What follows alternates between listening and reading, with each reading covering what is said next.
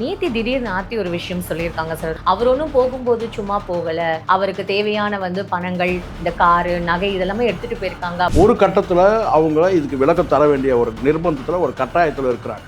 ஏன்னா இவர் சொல்லக்கூடிய குற்றச்சாட்டு கேட்டால் என்னை நடு ரோட்டில் விட்டாங்க, என்னை துரத்தி விட்டாங்கன்ற மாதிரி தான் சொல்கிறாரு அவர். அவங்க அதுக்கு பதில் என்ன சொல்கிறாங்கன்னா, நீங்கள் சும்மா ஒன்றும் போகல, காரில் தான் போயிருக்கீங்க, அதுவும் 5 கோடி ரூபாய் கார், ரேஞ்ச் ரோவர் காரில் போயிருக்கீங்க. இதை கூட ஒரு மனைவி சொல்ல முடியாதா? இவர் சூஸ் பண்ண நபர் அந்த மாதிரியான நபராக இருக்கிறாங்க. அவங்களுக்கு பின்புலம்லாம் விசாரித்தா பயங்கரமாக இருக்குது. அந்த கெனிஷாவை அவங்க அப்பா பெங்களூரை சார்ந்தவர் இந்தியன் சொல்கிறாங்க, அம்மா கென்யாவை சார்ந்தவங்க சொல்கிறாங்க. அவங்களுக்கு பின்னணியில் கேட்டால் நிறைய தொடர்பு, ஆண் தொடர்பு இருக்குதுன்னு சொல்கிறாங்க. சரிங்களா? குறிப்பாக கணவர் ஒருத்தர் இருந்தார், அவர் என்ன ஆனார்ன்றது தெரியல. டிவோர்ஸ் ஆகிட்டு அவர் இறந்தாரா, இல்லை இறந்த பிறகு இவங்க விடோ ஆகிட்டாங்களான்றதும் மர்மமாக இருக்குது. அவங்களுடைய காணொலிலாம் நீங்கள் பார்த்தீங்கன்னா தெரியும். அவங்களுடைய வீடியோவில் அவங்க டான்ஸ் ஆடுறதெல்லாம் பார்த்தீங்கன்னா ரொம்ப ஆபாசமாக சில ஆண்கள் கிட்ட அவங்க நடந்துக்கிற மாதிரிலாம் காட்சிகள் இருக்குது. இப்போ கண்ட பொறுக்கிகள்லாம் பேசுகிற அளவுக்கு தானே ஆயிடுச்சு. நான் சொல்கிறது யாருன்னு கேட்டிங்கன்னா, இந்த சினிமாவிலேயே இருக்கிறவங்க பார்த்தீங்கன்னா சாதாரணமான ஒரு நிகழ்வு கூட தனுஷோட ஆர்த்தி இருக்கிற அந்த ஃபோட்டோவை கூட பார்த்தீங்கன்னா இன்னைக்கு கொச்சப்படுத்துற மாதிரி சினிமாவில் இருக்கிற பொறுக்கிகள் சொல்றது அதுதான். சினிமாவில் இருக்கிற பைத்தியங்கள் வேணா போட்டுங்க, உங்களுக்கு திருப்தியா இருந்ததுன்னா. இப்போ தனுஷ் அவர்கள் தான் இதுக்கும் காரணம் அப்படின்ற மாதிரி இந்த அதெல்லாம் தப்புமா சொல்றேன். தனுஷ் எல்லாத்துக்கும் சொல்லிட்டு இழுத்து விட்டுற கூடாது. இப்போ வேற யாரும் ஆள் கிடைக்கல. அந்த பெண் மேல புகார் சொல்றதுக்கான வாய்ப்பு முகாந்திரமும் இல்லை ஆர்த்தி மேல. அந்த இடத்துல அவங்க ப்ரொடியூசராக தானே பார்க்க முடியும். 3 படம் கொடுத்து உங்க வாய்ப்பு தானே. இப்போ நான் கேட்குறேன், இதே ரவியை ஒரே ஒரு படம் எடுத்து ஃப்ளாப் ஆச்சுன்னா அடுத்த ப்ரொடியூசர் அந்த கூப்பிட மாட்டாங்க, வாய்ப்பு கொடுக்க மாட்டாங்க. இவங்க 3 வாய்ப்பு கொடுத்துருக்காங்கல்ல. ஏன்னா மருமகன்றதுனால என்ன சரிம்மா, அப்படியே கூட இருக்கமா, வாழ்க்கையை கெடுத்துட்டாங்க போயிட்டாங்க. எந்த அம்மா தன்னுடைய மகளுடைய வாழ்க்கையை கெட்டு போட நினைப்பாங்க? அப்படி யாராவது இருந்தால் கொண்டு வாங்க, அவங்களை கொண்டு போய் ஜூல தான் கொண்டு போய் வைக்கணும். நிறைய பேர் ஆனா ஆர்த்தி அவங்களுக்கு சாதகமா தான் சார் மக்களுமே இப்ப இல்ல, அது இயற்கையா அமைஞ்சிடும். அவங்களுக்கு அந்த ஆதரவு எப்படி வருதுன்னு கேட்டீங்கன்னா, சில 1-2 தருதலைகள் பொறுக்கிகள் வேணா பாத்தீங்கன்னா ஜெயம் ரவிக்கு சப்போர்ட்டா பேசுறான். அந்த கெனிஷாவுக்கே சப்போர்ட்டா பேசுறவங்களாம் இருக்கிறான். கெனிஷா ஜெயம் ரவிக்கு மருந்தாயிட்டாங்க. எப்படா மனசாட்சி இல்லாம பேசுறீங்க? விஷயத்துல இல்ல அடுத்த பெண்களை நோக்கிற விஷயத்துல, அதாவது பார்க்குற விஷயத்துல எப்படிப்பட்ட நபர் இவன் ஒரு பெண்ணை என்ன மாதிரி பார்வையில பார்ப்பான். தன் கணவன் எல்லா கேரக்டரும் தெரிஞ்ச ஒரு மனைவி, அதுவும் குறிப்பா இந்த விஷயத்துல எப்படிப்பட்ட நபர் அப்படின்றத கேட்டா ஒரு மனைவி துல்லியமா தெரிஞ்சு வச்சிருப்பாங்க. தெரிஞ்சு வச்சிருந்தா தான் அவங்க மனைவி. உண்மையிலேயே அன்பான ஒரு துணையா இருந்தா, கெனிஷா இருந்தா, ஒரு 15 ரூபாய்க்கு துப்பட்டாவை வாங்கி அப்படி கொஞ்சம் மேலே தொங்க விட்டுருப்போம். அந்த ரிசப்ஷனுக்கு வரும்போது பண்ணியிருப்பார். கரெக்டுங்களா? இது உடை அவங்க உரிமை தானே சொல்லிட்டு உரிமை தான். ஆனால் அடுத்தவங்களும் பார்த்தீங்கன்னா எந்த வகையிலும் அந்த உரிமை பாதிக்காத இருக்கும். இங்கே பல பாலியல் குற்றங்கள் பார்த்தீங்கன்னா நடக்கிறதுக்கு காரணமே பெண்களுடைய உடை தான் நான் சொல்வேன். முதல்ல ஒரு விஷயம் கண்டுபிடிக்க வேண்டிய விஷயம் கேட்டால், அவன் முதல் புருஷன் எங்கே இருக்கிறான்னு கண்டுபிடிக்கணும் முதல்ல.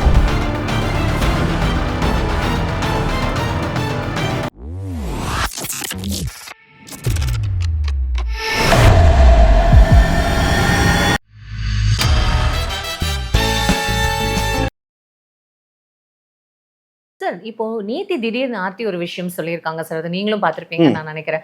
அவர் ஒன்றும் போகும்போது சும்மா போகல. அவருக்கு தேவையான பணங்கள், இந்த காரு, நகை இதெல்லாமே எடுத்துட்டு போயிருக்காங்க அப்படின்றத இத்தனை நாள் கழிச்சு இப்போ சொன்னது திருப்பியும் அது ஒரு சர்ச்சையா தான். அப்படி இல்லைம்மா, எப்பவுமே ஒரு விஷயம் நல்லா புரிஞ்சுங்க அம்ரிதா. குடும்ப பிரச்சனையாக இருந்தாலும் சரி, எந்த பிரச்சனை உடனுக்குடன் நீங்கள் ரியாக்ட் பண்ணீங்கன்னு வச்சுக்கோங்களேன், எமோஷன் ஆகி ரியாக்ட் பண்ணீங்கன்னா அது வளர்ந்துக்கிட்டே இருக்கும். ஒரு கட்டத்தில் அவங்க இதுக்கு விளக்கம் தர வேண்டிய ஒரு நிர்பந்தத்தில் ஒரு கட்டாயத்தில் இருக்கிறாங்க. ஏன்னா இவர் சொல்லக்கூடிய குற்றச்சாட்டு கேட்டால் என்னை நடு ரோட்டில் விட்டாங்க, என்னை துரத்தி விட்டாங்கன்ற மாதிரி தான் சொல்கிறார் அவர். அவங்க அதுக்கு பதில் என்ன சொல்கிறாங்கன்னா, நீங்கள் சும்மா ஒன்றும் போகல, காரில் தான் போயிருக்கீங்க, அதுவும் 5 கோடி ரூபாய் கார், ரேஞ்ச் ரோவர் காரில் போயிருக்கீங்க. இதை கூட ஒரு மனைவி சொல்ல முடியாதா? அவங்களுக்கு எவ்வளோ அவங்க இப்போ நீங்கள் பெரும் பழியில் சுமத்துறீங்க. இப்போ பாருங்கள், ரவி அம்பலப்பட்டு நிற்கிறார், நல்ல மனிதர். எப்பவுமே இந்த சிக்கல் ஒன்று இருக்குது தெரியுமா உங்களுக்கு? வழக்கமாக பொய் சொல்கிறவன் பார்த்தீங்கன்னா அவன் மாட்ட மாட்டான். அவனுக்கு தெரியும் தத்ரூபமாக எப்படி பொய் சொல்லணும்னு சொல்லிட்டு. இந்த பொய் சொல்ல தெரியாதவன் நல்லவன் பொய் சொன்னா மாட்டிப்பான். கரெக்டுங்களா? நல்லவன் பொய் சொன்னா மாட்டிப்பான். கரெக்டுங்களா? அதில் ரவி பார்த்தீங்கன்னா பொய்ன்றது அம்பலம் ஆயிடுச்சு. காரணம் ரவி நல்லவன், பொய் சொல்லி மாட்டிக்கிட்டாரு. என்ன பண்ணுறாருன்னு கேட்டால் என்னை நடு ரோட்டை துரத்திட்டாங்கன்னு. நீங்கள் ரேஞ்சில் சொல்கிறாங்க பாருங்கள், நீ போகும்போது 5 கோடி ரூபாய் காரில் தான் நீ போன, நீ இப்போ சுற்றுறதே வந்து நீ ஒருத்தி உட்கார வச்சு சுற்றுறிய, மூணாவதா ஒருத்தைய வச்சு மூணாவதுன்னா நான் 3வது நபர், நீங்கள் 3வது நீங்கள் அப்படியே எடுத்துக்கூடாது. கெனிஷாவுக்கு தான் 3வது. சரிங்களா? ரவிக்கு வந்து பார்த்தீங்கன்னா வந்து அது முதலாக கூட இருக்கலாம், செகண்டாக கூட இருக்கலாம். சரிங்களா? செகண்ட்னா நான் சொல்லக்கூடியதுன்னு கேட்டிங்கன்னா, அவர் உறவு முறை ஏற்படுத்திக்கிறதா சொல்லிட்டு இருக்கிறாங்க இல்லையா, ஒரு உலா வருது செய்தி. இன்னும் ரவி டிக்ளேர் பண்ண மாட்டாருன்னு நான் நினைக்கிறேன். ஏன்னா ரவி வாழ்ந்த ஒரு வாழ்க்கை இருக்குல்ல, அது வந்து ரொம்ப ஆத்மார்த்தமான வாழ்க்கைன்னு தான் சினிமா வட்டாரத்தில், எனக்கு தெரிஞ்ச சினிமா வட்டாரத்தில் சொல்லக்கூடிய கேட்டினா, ரவி வாழ்ந்த வாழ்க்கை வந்து ரொம்ப உண்மையான வாழ்க்கை. ஆர்த்தி வாழ்ந்த வாழ்க்கையும் உண்மையான வாழ்க்கை. அவர் வந்து ஒருபோதும் வந்து பிள்ளைகளை விட்டுட்டு மற்ற நடிகர்கள் மாதிரி கிடையாது. பிள்ளைகள் மீது மிகப்பெரிய ஒரு பாசம். இந்த வருஷத்துல அவங்க ஸ்டேட்மெண்ட்டே பாருங்கள், ஆர்த்தி ஸ்டேட்மெண்ட்டே பாருங்கள். சில பேர் போயிட்டால தான் அப்படியே போயிடுவானுங்க. ஆனால் இந்த ஒரு வருஷத்தில் வந்து 4 முறை 5 முறை அவர் சந்திச்சதா சொல்கிறாங்க. அது குறைவுன்னு சொல்கிறாங்க. ஆனால் எப்படியும் ஒரு 4 முறை வந்து சந்திச்சிருக்காரு பிள்ளைகளை. அப்போது பிள்ளைகள் மீது வந்து அவருக்கு வந்து அந்த பாசம்லாம் விடலை. இது வந்து என்னென்னு கேட்டால் தற்காலிகமாக கேட்டால் வந்து சொல்லுவோம், இந்த வேடந்தாங்கல் பறவைகள்லாம் வந்து அந்த சரணாலயத்துக்கு வரும் பார்த்தீங்களா, அந்த மாதிரி இவர் என்னென்னு கேட்டால் ஏதோ ஒரு விஷயத்தை எதிர்பார்த்து அந்த பெண்கிட்ட போயிட்டார். இவர் சூஸ் பண்ண நபர் வந்து அந்த மாதிரியான நபராக இருக்கிறாங்க. அவங்களுக்கு பின்புலம்லாம் விசாரித்தா பயங்கரமாக இருக்குது. அந்த கெனிஷாவை வந்து அவங்க அப்பா பெங்களூரை சார்ந்தவர் இந்தியன் சொல்கிறாங்க, அம்மா வந்து கென்யாவை சார்ந்தவங்க சொல்கிறாங்க. அவங்களுக்கு வந்து பின்னணியில் வந்து கேட்டினா நிறைய தொடர்பு, ஆண் தொடர்பு இருக்குதுன்னு சொல்கிறாங்க. சரிங்களா? குறிப்பாக கணவர் ஒருத்தர் இருந்தார், அவர் என்ன ஆனார்ன்றது தெரியல. டிவோர்ஸ் ஆகிட்டு அவர் இறந்தாரா, இல்லை இறந்த வந்து பிறகு இவங்க வந்து விடோ ஆகிட்டாங்களான்றதும் மர்மமாக இருக்குது. ஸோ முழுக்க மர்மமாக இருக்கும்போது கேட்டினா சில பேர் வந்து பார்த்தீங்கன்னா அவங்கள சுற்றி வந்து ஒரு கூட்டம் இருக்குது. அவங்களுடைய காணொலிலாம் நீங்கள் பார்த்தீங்கன்னா தெரியும், அவங்களுடைய வீடியோவில் அவங்க டான்ஸ் ஆடுறதெல்லாம் பார்த்தீங்கன்னா ரொம்ப ஆபாசமாக சில ஆண்கள் கிட்ட அவங்க நடந்துக்கிற மாதிரிலாம் காட்சிகள் இருக்குது. இதெல்லாம் நீங்கள் சினிமா கிடையாது, இதெல்லாம் வந்து லைவ் ஷோ. நல்லா புரிஞ்சுக்கணும். சினிமாவில் கூட சொல்லலாம், ரவி கூட தான் வந்து லவ் பண்ணுற காட்சிகள்லாம் நடிக்கலையா அப்படின்னு நீங்கள் சொல்லுவீங்க. அது வேறு, சினிமா நடிப்பு வேறு. ஆனால் இது ஒரு ஸ்டேஜில் வந்து கேட்டால் லைவ் ஷோவில் வந்து கேட்டினா இந்த மாதிரி வந்து ஒரு ஆபாசமான காட்சிகளில் வந்து அவங்க ஈடுபடுறாங்க. அது வழக்கமாக அவங்களுக்கு கோவா போகிறவங்களுக்கு தெரியும். கோவாவில் இந்த மாதிரி வந்து காசுக்கேற்ற கிளப் இருக்குமா கோவாவில், அங்கே இந்த மாதிரியான பெண்கள்லாம் இருப்பாங்க. சில பேர் வந்து பார்த்தீங்கன்னா வந்து மனைவி கிட்ட கிடைக்காத சந்தோஷம் ஏதாவது கிடைக்குமான்னு சொல்லிட்டு அப்படி போகிற நபர்கள்லாம் உண்டு, கோவாவில் உண்டு. தைவான் நீங்கள் கேட்டால் நான் மசாஜ் பண்ண போனேன்னுவான். உனக்கு எதுக்கு மசாஜ் பண்ணுவான் எனக்கு கேட்டால் முதல்ல? இவனுக்கு உழைக்கிறதே கம்மி. அதில் போகிறவங்களாம் யாருன்னு கேட்டிங்கன்னா அந்த வண்டி தூக்குறனோ இல்லை வந்து கேட்டால் உடல் உழைப்பு பண்ணுறோம் எவனுமே கிடையாது. போகிறவங்களாம் யாருன்னு கேட்டிங்கன்னா, மசாஜ் பண்ண போகிறவங்களாம் யாருன்னு கேட்டிங்கன்னா தன் மனைவியை தவிர வேறு யாராவது ஒரு பெண் வந்து அந்த தொடும்போது ஏற்படக்கூடிய அந்த சபலத்துக்காக தான் போகிறானுங்க. பொறுக்கி பசங்க தான் பெரும்பாலும் போகிறது. என்னடா கோவா போகிறோம் அத்தனை பேரும் பொறிக்கான்னு கேட்காதீங்க. பெரும்பாலும் நான் இன்னும் கூட சொல்கிறேன், இந்த நான் அப்படி தான் பேசுவேன். இந்த மசாஜ் சென்டர்லாம் இருக்குதுல்ல, நீங்கள் சொல்லுங்கம்மா, இந்த மசாஜ் சென்டரில் போகிறவங்களாம் பெரும்பாலும் பாருங்கள், மனைவியை தவிர்த்துட்டு அங்கே ஆண்கள் மட்டுமே வந்து மசாஜ் சென்டரில் போட்டாங்கன்னு வச்சுங்களேன், ஒரு மசாஜ் சென்டர் கூட பார்த்தீங்கன்னா அடிக்கும், ஓடாது. அங்கே வந்து பார்த்தீங்கன்னா வந்து பெண்களை போடுறானுங்க. அதிலும் பெண்களில் வந்து பார்த்தீங்கன்னா சவுத் இண்டியன்றான், நார்த் இண்டியன்றான், நேபாளி, இந்த மாதிரி வந்து மென்ஷன் பண்ணிலாம் வந்து விளம்பரம் பண்ணுறானுங்க. அப்போ இவனா கேட்டா தன் மனைவியை தவிர வேறு யாராவது ஒரு பொம்பளை தொட்டால் கூட சுகம் கிடைக்கும்னு நினைக்கிறவன் தான் இந்த மசாஜ் சென்டர்லாம் போகிறானுங்க. அதில் தான் கல்லாவே கட்டுறானுங்க. ஒரு மசாஜில் ஒன்றும் கிழிக்கிறது கிடையாது. இதுதான் உண்மை. சில இடங்கள் இருக்குது கேரளாவில், சில வைத்திய முறையில் பண்ணக்கூடிய சில இதுக்கு அங்கே வந்து பார்த்தீங்கன்னா பெண்கள் தான் பண்ணுறதெல்லாம் கிடையாது, ஆண்களே பண்ணுவாங்க இந்த மசாஜ் மூலமாக. அது மருத்துவம், முழுக்க மெடிக்கல். அது இங்கே பெரும்பாலும் இங்கெல்லாம் வந்து கேட்டால் மெடிக்கல்லாம் கிடையாது, ஒரு மண்ணும் கிடையாது. இந்த கோவா, இந்த தைவான்லாம் போகிறாங்க, இங்கெல்லாம் வந்து கேட்டால் அதாவது மனமாகாத சில பேர், விடலை பருவங்களில் இருக்கிற பசங்க, மனமானவனுக்கு தான் பெரும்பாலும் போகிறது. அங்கே என்னன்னு கேட்டால் பொண்டாட்டியை வந்து பார்த்தீங்கன்னா தொடப்பத்தில் முறத்தால் அடித்து துரத்தியாச்சுன்னா ஒரு 40 வயசில் வேறு வழி இல்லாமல் இப்படி போகிறாங்க. இப்படி போய் சிக்கினதில் தான் வந்து ரவிக்கு. ஆனால் நம்ப முடியாத ஒரு நபராக தான் இன்னும் கூட ரவி பார்க்கப்படுறாரு. ஏன் அவருக்கு இந்த மாதிரியான தொடர்பு? இப்போது அங்கே சுற்றி இங்கே சுற்றி இந்த கெனிஷா வந்து நீங்கள் பார்த்துருப்பீங்க. இவ்வளோ நீங்கள் சொல்லும்போது இன்னொரு விஷயம் இங்கே சொல்லப்படுது என்னன்னா, இப்போ இந்த கல்யாணத்துக்கு கூட ரவி அவர்கள் சொல்றதுனால தான் அவங்க இந்த மாதிரி புடவெல்லாம் கட்டிட்டு வந்திருக்காங்க அப்படின்ற மாதிரி. நீங்கள் முதல்ல ரவி என்ன சொன்னார், அவங்க எங்களுக்கு ஒரு நட்பு இருக்குன்னு சொன்னார். அது வரைக்கும் அவரை கௌரவமாக பார்த்தாங்க, மக்கள் பார்த்தாங்களா இல்லையா? அதுக்கப்புறம் இந்த நிகழ்ச்சிக்கு நீங்கள் ஒரே புடவை கட்டிட்டு கூட நீங்கள் வாங்க, தோற்றம் வந்து எப்படி இருந்தது? ஒரு கணவன் மனைவி தோற்றத்தில் அவங்க வந்தாங்களா இல்லையா? ஒன்று. அதுக்கு பிறகு இருங்க அவங்களுக்கு நான் கேட்குறேன், மேடையில் டான்ஸ் ஆடக்கூடிய ஒரு பெண்ணு, மைக் வச்சுக்கிட்டு எப்படிப்பட்ட பெர்ஃபார்மன்ஸ்லாம் கொடுத்தாங்கன்னு நீங்கள் பார்த்துருப்பீங்க. அதுக்கப்புறம் நான் உன தடிக்க ஊந்துட போகிறாங்க, கை கோர்த்துக்கிட்டு வர்றது, இதெல்லாம் வந்து சில்லறத்தனமானது இல்லை. உங்களுக்கு நீங்கள் டைவர்ஸ் கோர்ட்டில் கேஸ் போட்டிருக்கீங்க, டைவர்ஸ் முடிஞ்சு வந்த பிறகு நீங்கள் இதை பண்ணால் கூட ஓரளவுக்கு கடந்து போயிடுவாங்க, விமர்சனம் இல்லாமல் கடந்து போயிடுவாங்க. ஆனால் நீங்கள் முதல் சொன்ன வார்த்தை என்ன? மனைவி என்ன சந்தேகப்படுறாங்க, மனைவி எனக்கு குழம்பு ஊற்றலை, எனக்கு மோர் ஊற்றலை, இதில் உப்பு போடல, ரசம் இல்லை, மாமியார் கையில் வந்து சமையல் பண்ணால் எனக்கு விஷம் மாதிரி இருக்குது. அதுக்கு முன்னாடி சொன்னதெல்லாம் எப்படி இருக்குது? சாப்பாடு விஷயத்தை கூட மாமியார் வந்து பார்த்தீங்கன்னா எப்படி உங்களை கவனிச்சுனா எல்லாம் சொன்னீங்களா, எல்லாம் நாங்கள்லாம் மறந்துடுவோம், பைத்தியமா நாங்கள், நீங்கள் சொன்னதெல்லாம் அப்படியே கடந்து போய்டும். இதெல்லாம் உங்களை யாராவது கேட்டுமா? நம்ம ஸ்டேஜில் உட்காந்து ஒரு குடும்பம், அது எவ்வளோ அழகாக இருந்தது. உண்மையாவே சார் எல்லாருமே ரசிச்சு. அதுதான் இந்த பேர் ஓவரா கண்ணடி போட்டுருச்சு. கரெக்டா? அதான் சொல்லுவாங்க, கல்லடி பட்டாலும் படலாம், கண்ணடி படக்கூடாதுவாங்க. அந்த குடும்பம் இன்னைக்கு ஏன் இப்படியான ஒரு சூறாவளியில் புயலில் இருக்கிறாங்கன்னா ஓவர் கண்ணடி பட்டுருச்சு. சார் இவங்க இல்லாம யார் கண்ணடி வேணாலும் போடலாம், அதுவும் சினிமாக்காரனுக்கு கண்ணடி படக்கூடாது. ஏன்னா சினிமாவில் பெரும்பாலும் வாழ்க்கையை சூனியமான கேட்டவங்க தான் நிறைய. 50-50 சொல்ல முடியும், இல்லை 80-50, 80-30-20 சொல்ல முடியும். அதனால இவங்க வந்து பார்த்தீங்கன்னா இந்த குடும்பம் வந்து அழகாக இருந்துச்சு பார்க்கறதுக்கு.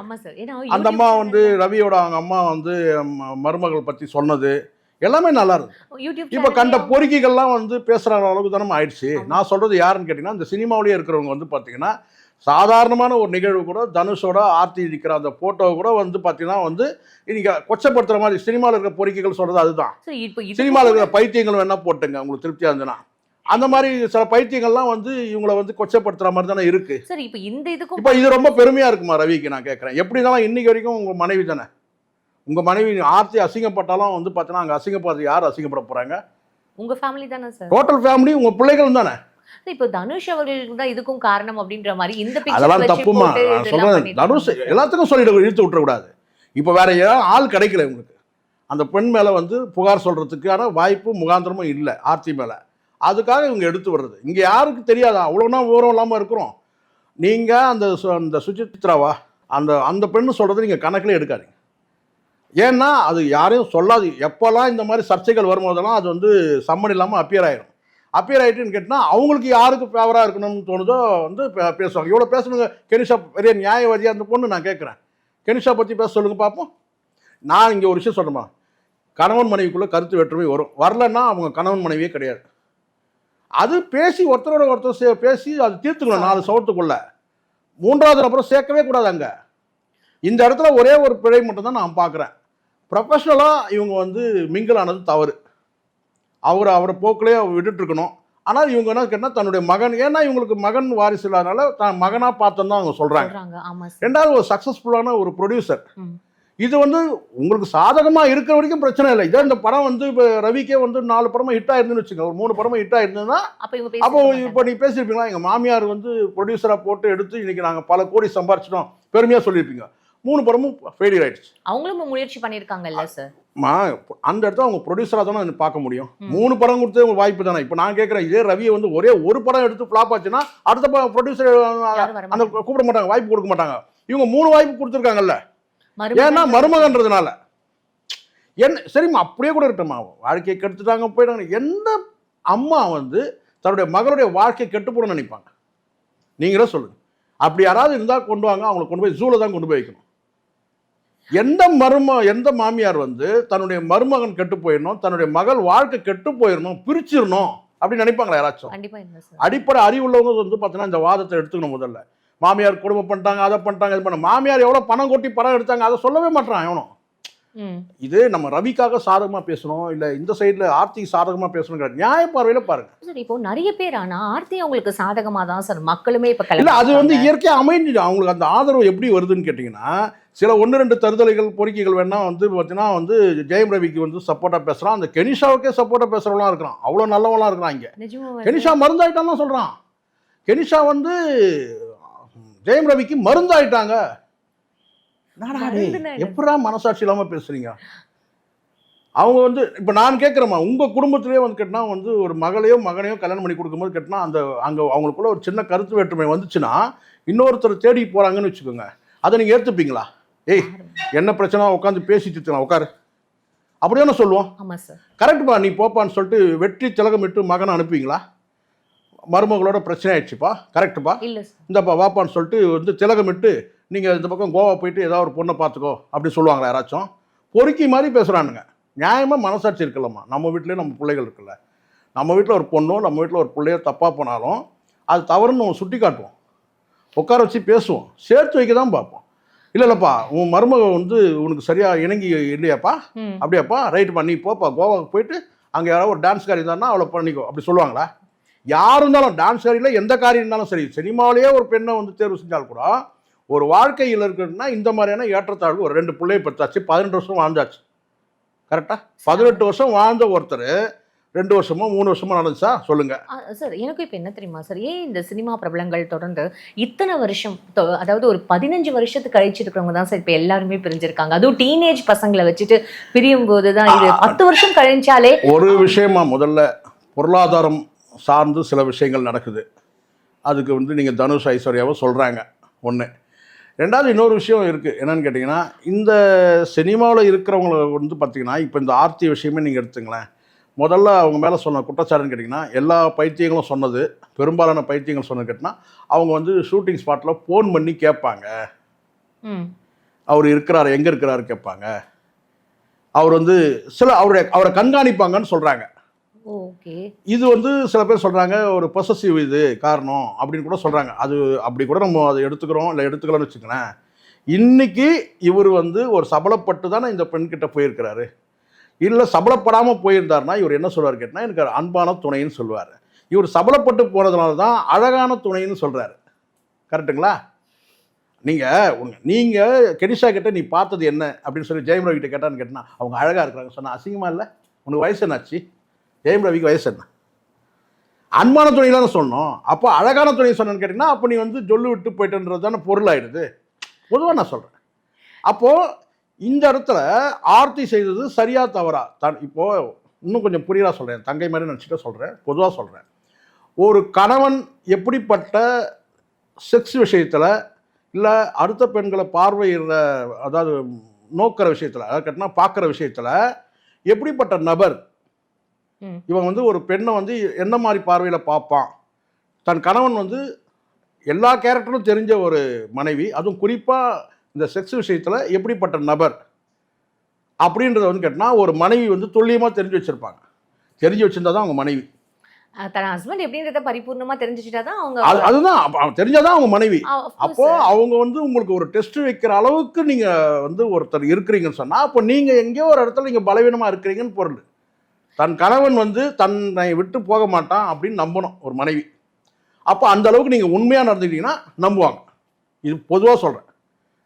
என் கணவன் அவனுக்கு வந்து என்னை தவிர வேறு எந்த பொண்ணும் திரும்பி பார்க்க மாட்டான், அவன் எனக்கு மட்டுமே சொந்தம், அவன் வந்து பார்த்தீங்கன்னா என்னை தவிர வேறு யாரும் அவன் நேசிக்கவே மாட்டான். நீங்கள் என்ன வேணாலும் வந்து கொண்டு வந்து நீ பெரிய கிளியோபாட்ரா கொண்டாந்து நிறுத்து, ஊர்வசி மேனக திலோத்தம இவ எல்லாரையும் கொண்டாந்து நிற்க வை, ஆனால் அவன் வந்து என்னை விட்டு போக மாட்டான். அப்படி ஒரு கான்ஃபிடென்ட் வந்து பார்த்தீங்கன்னா மனைவிக்கு வந்து இருக்கணும்னா கணவன் வந்து அந்த அளவுக்கு நம்பிக்கை நடந்துக்கணும். கணவன் வந்து அங்கே வந்து பார்த்தீங்கன்னா அந்த மாதிரி இல்லை, அவன் சபலப்பட்டு போகிறான். நம்ம நினைப்போம் கூட மனைவி வரும்போது அவள் வந்து எதையும் பார்க்கலன்னு சொல்லிட்டு, நாம் வந்து என்ன பண்ணுறோம் என்ன பார்க்குறோன்றத வந்து அவங்க நோக்கம் உண்மைதானே சார்? இல்லைன்னா உண்மையிலேயே வந்து அன்பான ஒரு துணையாக இருந்தால் கெனிஷா இருந்தால் ஒரு 15 ரூபாய்க்கு துப்பட்டாவை வாங்கி அப்படி கொஞ்சம் மேலே தொங்க விட்டுருப்போம், அந்த ரிசப்ஷனுக்கு வரும்போது பண்ணியிருப்பார். கரெக்டுங்களா? உண்மையிலேயே அன்பான துணையாக இருந்தா தன் அன்பானவளை வேற யாரும் வந்து பார்த்துடக்கூடாது, ஒரு 15 ரூபாய்க்கு துப்பட்டாவை வாங்கி தொங்க விட்டுருப்பார், மாட்டி விட்டுருப்பார். ஒரு நிமிஷம் சார், இது வந்து நம்ம ட்ரெஸ் சார்ந்த விஷயம், உடைகள் சார்ந்த இங்க பல பைத்தியங்கள் அப்படிதான்.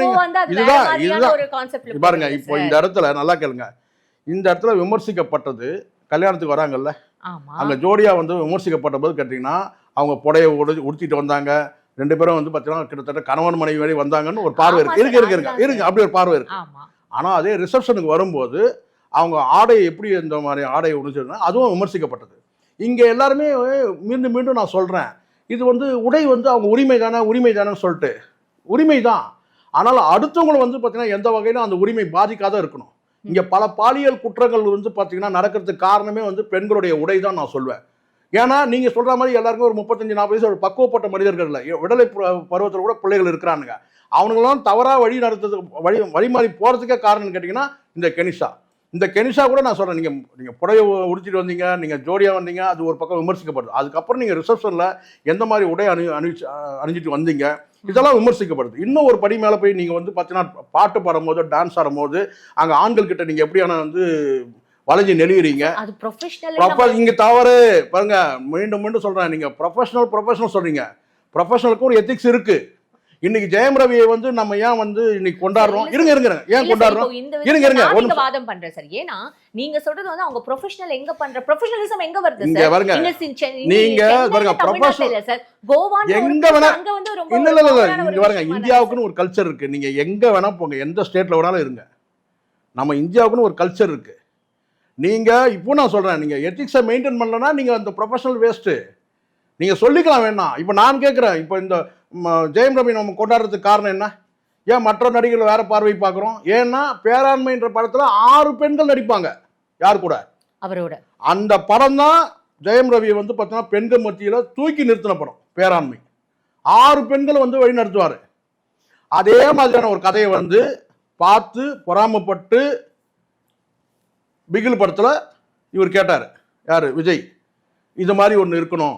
ஏன்னா பெண்கள் மத்தியில் அவருடைய பேர் அப்படியே ராக்கெட் வேகத்தில் போச்சு பேராண்மை படத்தில். பிகில் படத்தில் அதே மாதிரி வந்து பார்த்தீங்கன்னா வந்து ஸ்போர்ட்ஸில் என்கரேஜ் பண்ணுற மாதிரி வச்சுருப்பாங்க. அது வந்து முழுக்க முழுக்க ராணுவம் சார்ந்தது. அருமையான படம். ஸோ எதுக்காக சொல்கிறேன்னு கேட்டால் நடந்துக்கிறத வச்சு தான். நீங்கள் தொழில்ன்ற பேரில் வந்து பார்த்தீங்கன்னா நீங்கள் கண்டபடிலாம் நடந்துட முடியாது அம்ரிதா. ஒரு லிமிட் நான் சொல்ல கேட்டேன்னா அதுக்காக நான் அப்படியே இழுத்து போச்சிட்டு வரவங்க நான் ரொம்ப நல்லவங்க திறந்து வச்சுக்கலாம் கெட்டவன்னு சொல்ல. ஆனால் பொது பார்வைன்னு ஒன்று இருக்குது. Fine sir. ஆனால் இப்போ இங்கே யாருமே வந்து ஜெயம் ரவி அவர்களுக்கு சப்போர்ட் பண்ணுறல சார், இன்க்ளூடிங் மீடியாக்காரங்களும் இல்லை பொதுமக்களுமே வந்து இப்போ ஒரு ஸ்டேஜுக்கு எப்படி போயிட்டாங்கன்னா ஜெயம் ரவி அவர்கள் படம் நடிச்சா அதை பார்க்கக்கூடாது அப்படின்ற அளவுக்கு இப்போ சமூக அல்ல அதுதான் இப்போ இல்லை இப்போ அவங்களோட நோக்கமும் எப்படின்னு கேட்டால் இப்போ அவர் சொன்னார் இல்லையா, பொன்முட்டையிடம் வாத்து அப்படின்னு சொன்னார். இவர் நிறைய வந்து பொன்முட்டையிட்டு இருந்தாருன்னா அந்த பொன்முட்டையெல்லாம் விற்று காசு ஆகியிருக்க மாட்டாங்க, வட்டிக்கு கடன் வாங்கியிருக்க மாட்டாங்க. எவ்வளோ கான்ட்ரடிக்ஷன் ஆகுது பார்த்தீங்கல்ல. ஒரு பக்கம் பொன்முட்டையில் வாத்தி ஒரு, இன்னொரு பக்கம் அவங்க என்ன செய்யணும்னு கேட்டால் கடனுக்கு வந்து ஜாமீன் கையெழுத்து வாங்குறேன். என்ன கான்ட்ரடிக்ஷன்லாம் இது? கொஞ்சமாச்சும் நீங்கள் தான் சொல்லுங்கள், நியாயமா அறிவு இருக்கா இல்லையா நமக்கு? நான் கேட்குறேன். இல்லை சார், பைத்தியங்கள் பேசுகிறானுங்கல்ல. நான் ஒரே கேள்வி கேட்குறேன். ரைட், பொன்முட்டையில் வாத்து முட்டை இட்டுட்டே இரு, அவங்க ஏன் கடன் வாங்க போகிறாங்க? நீ இட்ட முட்டையெல்லாம் வந்து பார்த்தீங்கன்னா அதான் சொல்லுவாங்க. அப்போ நம்ம வேறு லாங்குவேஜில் நம்ம சொல்ல வேண்டியது. ஏன்னா நான் சொல்ல பொன்முட்டையில் வாத்துமா, நீங்கள் பொன்முட்டை இட்டீங்கன்னா அது படம் வெற்றி படம்னு அர்த்தம். வெற்றி படம் கேட்டால் அவங்க கடன் வாங்கியிருக்க மாட்டாங்க. நீங்களே என்ன சொல்றீங்க? அவங்க கடன் வாங்கினாங்க, ஜாமீன் கையெழுத்து போட்டாங்க. அவங்க ஆதாரம் கேட்குறாங்க, அது வேற விஷயம். அது அப்புறம் அவங்க அதுக்கே ஆதாரம் கொடுன்னு கேட்குறாங்க. அது ரெண்டாவது. பொன்முட்டை இட்டீங்கன்னா அந்த பொன்முட்டையை விற்று காசாக்கியிருப்பாங்க, வட்டிக்காரங்கிட்ட போய் கடன் வாங்கியிருக்க மாட்டாங்க, உங்ககிட்ட ஜாமீன் கையெழுத்து வாங்கியிருக்க மாட்டாங்களே. இதெல்லாம் வந்து பாருங்க, கோர்ட்டில் போய் நிற்கும் போது நிறைய வாத பிரதிவாதங்கள் நடக்க ஒன்று. ரெண்டாவது, அந்த பெண் வந்து நான் அறியப்பட்ட வரையிலும் அந்த பெண்ணுக்கு வந்து ஜெயம் ரவி ஒரு பெரிய பணக்கார குடும்பத்தில் வாழ்க்கப்பட்டிருக்கிறாரு. அங்கே அவங்களுக்குள்ள ஒரு மனக்கசப்பு இருக்குது. இதுக்கு இடையில நம்ம உள்ள நுழைஞ்சோம்னா ஒரு பெரிய தொகையாக வந்து யார்கிட்ட வாங்கலாம்? சுஜாதா விஜயகுமார்கிட்ட வாங்கலாம் அப்படின்ற ஒரு திட்டம் இருக்குது. அதுதான் நோக்கமாக. இதை தாண்டி வேறு எந்த நோக்கமும் அந்த பெண்ணுக்கு வந்து இன்னொரு பக்கம் நீங்கள் நினைக்கிற மாதிரி அது ப்ரெக்னென்ட் ஆகி கல்யாணம் பண்ணி பிள்ளைய பெற்று இந்த டான்ஸில் பெர்ஃபார்மன்ஸ்லாம் பண்ண முடியுமா? இப்போ பண்ணுற மாதிரிலாம் பண்ண முடியுமா? ஒரே ஒரு காட்சியை பாருங்கள், ஆண்கள் அப்படி இப்படி பண்ண முடியுமா? ஏதாவது செய்ய முடியுமா? அப்போது கல்யாணம் பண்ணின்னு பிள்ளைய பெற்றுலாம் கிடையாது. சுஜாதா விஜயகுமார்கிட்ட பெருசாக ஏதாவது ஆட்டையை போடலான்னு பிளான் பண்ணுறாங்க. மோகன் சார் கொடுக்கறதுக்கு ஒன்றும் கிடையாது அவர்கிட்ட. அப்போ இந்த ஒரு நல்ல குடும்பத்தில் உள்ள நுழைஞ்சு ஜெயம் ரவியை பறித்து கடைசியில் ஒரு வந்து பார்த்தீங்கன்னா ஒரு செட்டில்மெண்ட்டுக்கு வந்து பேசி ஒரு எவ்வளோ தேருதோ அது 100 கோடியோ 200 கோடியோ 500 கோடியோ தேர்த்திக்கிட்டு ஆட்டையை போடுறது கிளம்பு. வேற ஒரு பிளானும் கிடையாது, ஒரு மண்ணும் கிடையாது. அந்த அளவுக்கு வந்து அது ஒர்த்தான ஆளும் கிடையாது. சார் இன்னைக்கு வந்து அவங்க முதல்ல ஒரு விஷயம் கண்டுபிடிக்க வேண்டிய விஷயம் கேட்டால் அவன் முதல் புருஷன் எங்க இருக்கிறான்னு கண்டுபிடிக்கணும். முதல்ல அதை கண்டுபிடிச்சா நிறைய விஷயத்துக்கு வெளியே வந்துடும். அவன் செத்து போயிட்டானா, உயிரோட இருக்கிறானா? நீங்க வந்து யூடியூபரா இல்ல இன்வெஸ்டிகேட்டிவ் இல்லம்மா, இங்க பாருங்க, ஒரு விஷயம் நல்லா சொன்னேன். ரவி மீது இப்போ ஏதாவது நம்ம விமர்சனம் வைக்கிறோமா? நீங்கள் சொல்லுங்கள். இப்போது நான் மீண்டும் ஆரம்பித்த இடத்துக்கே நான் வந்தேன். ஒரு நல்ல மனிதர் அப்படின்னும் போது அந்த அடிப்படையில் நம்ம பேசணும். அவர் சூஸ் பண்ண படங்கள் கூட நல்ல படங்கள் எல்லாமே, கதைகளை கூட சொல்கிறேன். இப்போ நீங்கள் எல்லாரும் சொல்கிறீங்களே, நீங்கள் எல்லாரும் சொல்கிறீங்க, என்ன சொல்கிறீங்க?